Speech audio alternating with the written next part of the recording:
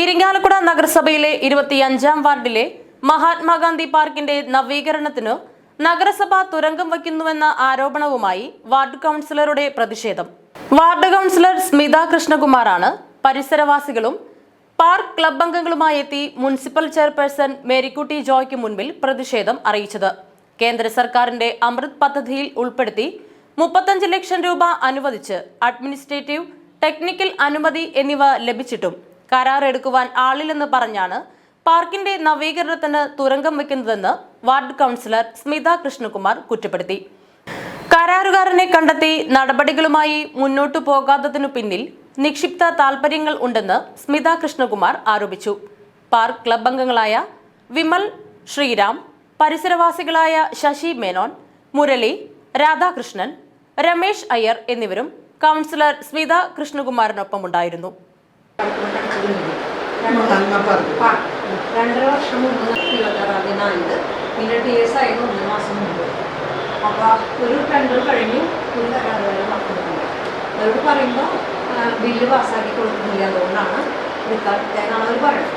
അപ്പോൾ ഇതൊന്നും ടെൻഡർ നടപടികളും ഒത്തിരി കൊടുക്കണം. ഇതേവരെയൊക്കെ ആയിട്ട് ഞാൻ ചോദിക്കുന്നു, ഞാൻ മറുപടി ഞാൻ ഒരു കരാറുകാരും ടെൻഡർ എടുക്കില്ല, ഇത് റീടെൻഡറിന് വെച്ചിട്ടുണ്ട്. അപ്പോൾ എൻ്റെ വാർഡിലെ ജനങ്ങളോട് സമാധാനം പറയുന്നത് ഞാനാണ് ടെൻഡർ. അപ്പോൾ അവരോട് ഞാൻ പറഞ്ഞ് തോറ്റി.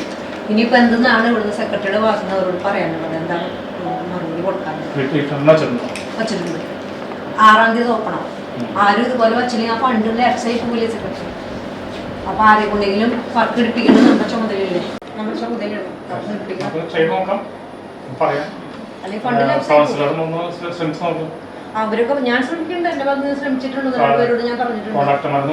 പിന്നെ അവർ പറയുന്നത് ഇതൊക്കെ വെറും പ്രഹസനാണെന്നാണ് പറയുന്നത്. ഇത് പാർക്കിന്റെ നവീകരണം നടത്താൻ നോക്കിയാൽ പാർക്കിന്റെ നമ്മുടെ നാട്ടിലെ ജനങ്ങൾ പാർക്ക് ക്ലബിലെ ആളുകളും പറയുന്നത് അതുകൊണ്ട് അതാണ്. അപ്പൊ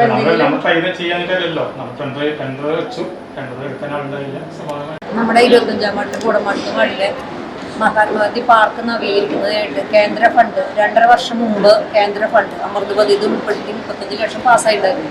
അതിൻ്റെ ഏസ് ആയത് ഈ മാർച്ച് 2025 മാർച്ച് 26-ാം തീയതി അതിൻ്റെ ഏസ് ആയത്. അത് കഴിഞ്ഞ് TS ആയത് 1.5 മാസം മുമ്പാണ് TS ആയത്. അത് കഴിഞ്ഞ് ടെൻഡറിന് വെച്ചു. അത് ആരും ഒരു കരാറുകാരും വർക്ക് എടുത്തില്ല, ഓപ്പൺ ചെയ്തിപ്പോൾ ടെൻഡറിന് വെച്ചിട്ടുണ്ട്.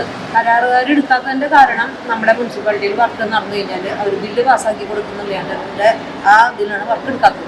അപ്പോൾ നമ്മൾ പല കരാറുകാരോടും പറഞ്ഞുകൊണ്ട് റീടെൻഡറിൽ വെച്ചിട്ട് എടുക്കുന്നുള്ള